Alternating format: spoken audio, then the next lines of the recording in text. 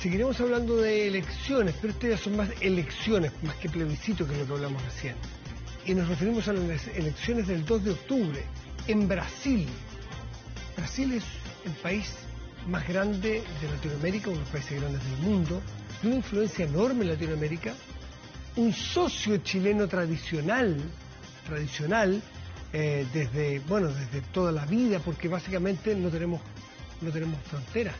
Entonces, claro, no tener frontera se hace un poco más fácil, ¿no es cierto?, las relaciones. Por lo tanto, nos interesa mucho, y nos interesa mucho lo que está pasando en esa disputa electoral, porque Chile salió de roce, digamos, salió salpicado con unas declaraciones del presidente Bolsonaro. Vamos a hablar sobre lo que ocurre en Brasil, la pasadita con Chile. Está Francisco Tagle, que es doctor de estudios latinoamericanos y académico de la Facultad de Comunicaciones de la Universidad de los Andes. Francisco, gracias por estar aquí. Buenas noches. Muchas gracias, Matías, por la invitación. Partamos por lo... No es anecdótico porque es serio, pero no tiene que ver con las elecciones. Partamos por lo que ocurrió con Bolsonaro, justamente, que le imputó al presidente chileno de manera totalmente injustificada, arbitraria, porque, qué sé yo, vaya uno a saber por qué, un delito y grave delito del presidente Gabriel Boric. ¿Cómo quedan las relaciones después de eso? Bueno, bastante maltrecha, porque recordemos también que los países, como todos los latinoamericanos que tienen sistemas presidencialistas y donde también hay reelección, cuando ocurren estas reelecciones no sabemos si Bolsonaro está hablando como jefe de Estado, como jefe de gobierno o como candidato. Es indivisible al final. Es indivisible. Habló el candidato, pero nosotros lo tomamos como que habló el presidente. Claro. Entonces tiene efectos. Tiene efectos, claro. Y efectos graves, ¿no es cierto? Porque son acusaciones que no tienen ningún fundamento, injustas, y que en el fondo no se condicen con un jefe de Estado de un país tan relevante para la región y para Chile, como tú bien señalabas. Bueno, superado eso, Chile hizo una nota de protesta con el embajador brasileño en Chile. Chile no tiene todavía embajador en Brasil, pero la protesta diplomática de Chile vale, no puede dejarla pasar.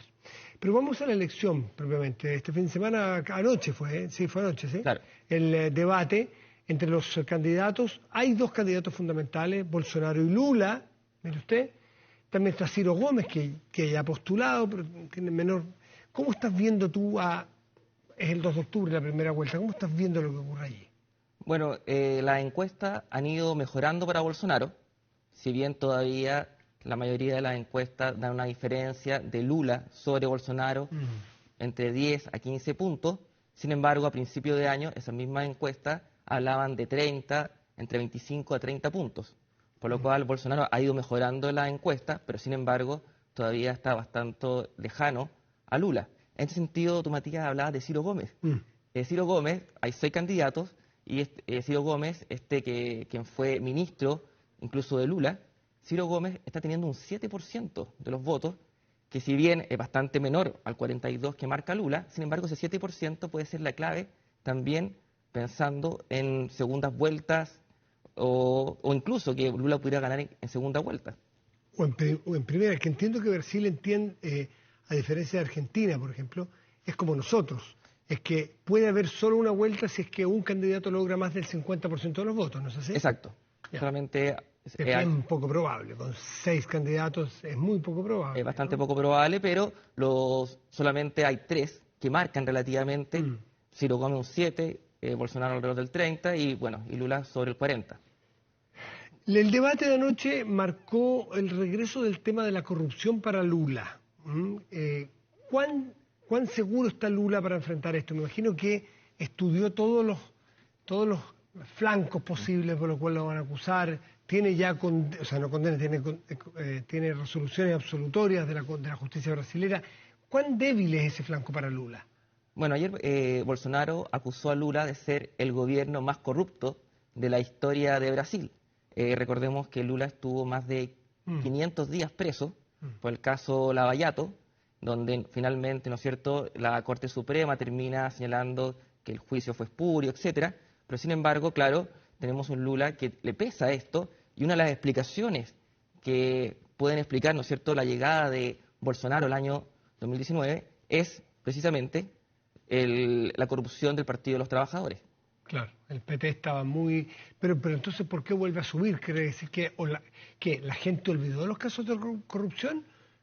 Como en Argentina podrían haber olvidado los bolsos con dinero o las bóvedas con dinero, o sencillamente creen que es inocente. No sabría decirte si creen o no que es inocente, pero hay un buen recuerdo del gobierno de Lula.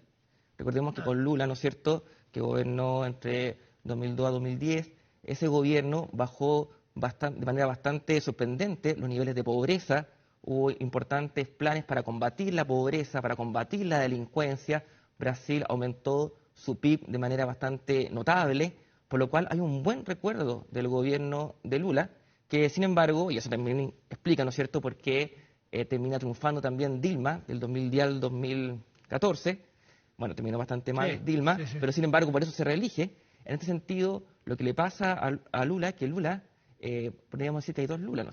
El Lula de su gobierno, que hay un buen recuerdo de su gobierno, y el Lula de la segunda década del 2000, donde hay un recuerdo de este Lula, ¿no es cierto?, de esas imágenes de un Lula preso, de un Lula relacionado con el caso Lavallato, etcétera. Por lo cual, mientras Bolsonaro quiere recordar ese Lula, el electorado hoy día está recordando al otro Lula, si es que le creemos a las encuestas, ¿no? Exactamente. Y Bolsonaro, ¿cómo está Brasil hoy? Que debe ser la carta de presentación de un candidato que va a una reelección. No tiene nada que hablar del pasado, es del presente. ¿Cómo está ese presente de Brasil? Bueno, un Brasil que fue bastante golpeado por la pandemia en su economía, pero sin embargo, este Brasil, este primer cuatrimestre de este año 2022, ha ido mejorando lentamente la economía de Brasil. Incluso podría haber una mejora en los niveles de inflación, etcétera, lo cual explicaría en cierta medida el repunte de Bolsonaro en las encuestas. Sin embargo, está bastante complejo. Asimismo, también hay un Bolsonaro que tiene un as bajo la manga, que es el voto evangélico, que en cierta medida Bolsonaro lo estuvo perdiendo durante la pandemia, porque recordemos que los sectores evangélicos generalmente son los sectores más pobres o de las clases más bajas de Brasil, y en cierta medida fueron las más golpeadas también durante la pandemia. Por lo cual hay que ver, ¿no es cierto?, cómo se relaciona ahora Bolsonaro con ese voto evangélico, si lo recupera o no lo recupera, para poder tener más chances en estas elecciones.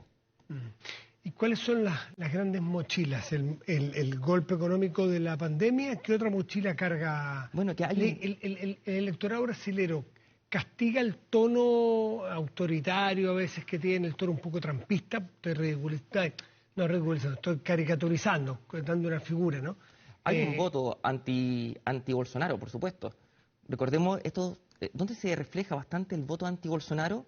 Tenemos que mirar quién es el vicepresidente de Lula. Alquim, ¿no es cierto? Que Alquim fue candidato opositor de Lula el año 2006, donde, bueno, Lula lo vence en segunda vuelta, pero Alquim es uno de los fundadores del PSDB brasilero, que sería como un partido como de centro, que ha mutado de la izquierda a la derecha. Socialdemócrata, el partido de Fernando Enrique Cardoso, ¿no? Exacto. Y Alquim, ¿no es cierto?, uno de los fundadores de ese partido. Ya, alguien dice que Alquim podría ser al lado de Lula un tipo de centro-derecha.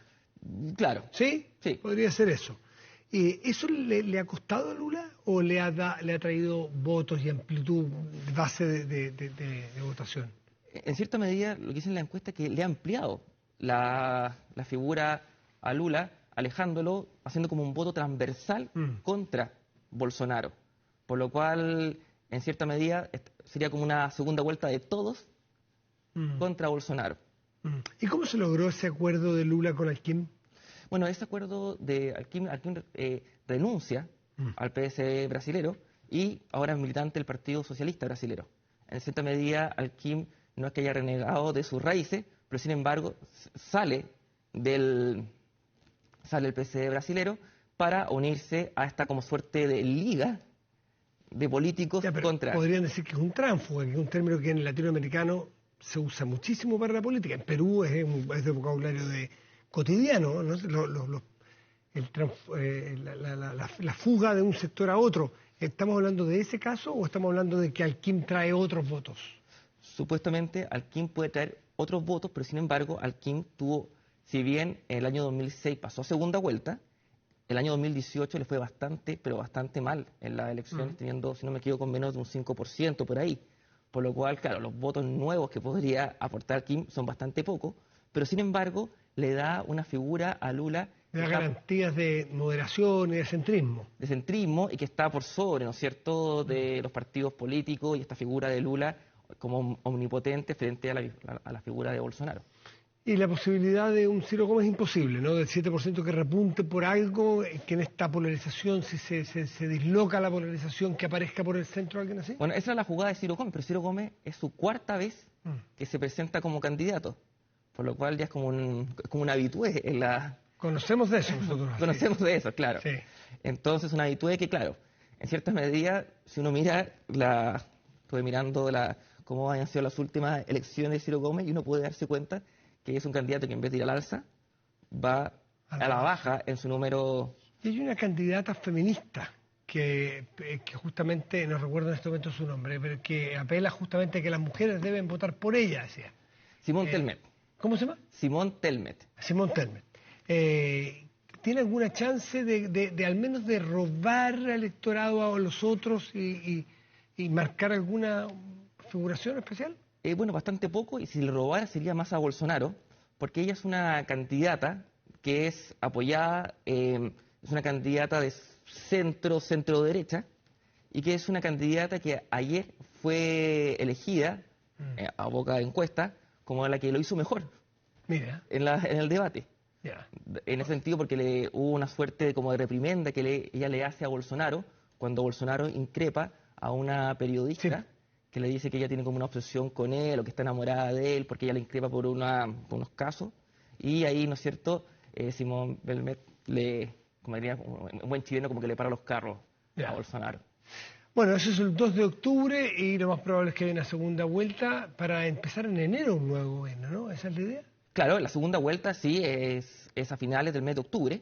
Ya. O sea, bien, sí, o sea, son muy seguidas. Son muy seguidas la segunda vuelta, y tener en cuenta que no solamente... Claro, quizás nosotros, como hablamos de Chile, nos fijamos solamente en la parte presidencial, pero son elecciones bastante completas.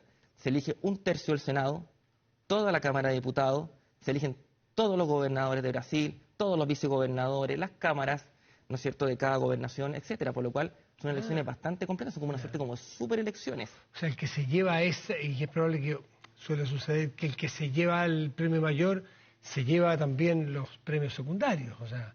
Si Lula o Bolsonaro arrasan ese día, seguramente le va a ir muy bien. Al ser el mismo día, le va a ir bien en todo el país. Explica, ¿no es cierto?, que el Partido Liberal, el partido de Bolsonaro, hoy en día tiene más diputados que el propio PT, el Partido de los Trabajadores. ¿Y esa elección general de todo Brasil es con la primera o con la segunda vuelta? Con la primera vuelta. Ahí hay un problema, porque puede eventualmente ganar uno la primera y otro la segunda vuelta. Lo vimos en Chile. Exacto, y claro, y... Entonces, que gobierne alguien que no tenga las mayorías en las cámaras, bueno. Parte del diseño del sistema político, del cual nosotros hemos hablado también tantas veces para nuestro país. Francisco, como siempre, muchas gracias por estar aquí. No, muchas gracias a ti, Matías. Que te vaya muy bien. Hacemos una pausa y volvemos, espérenos.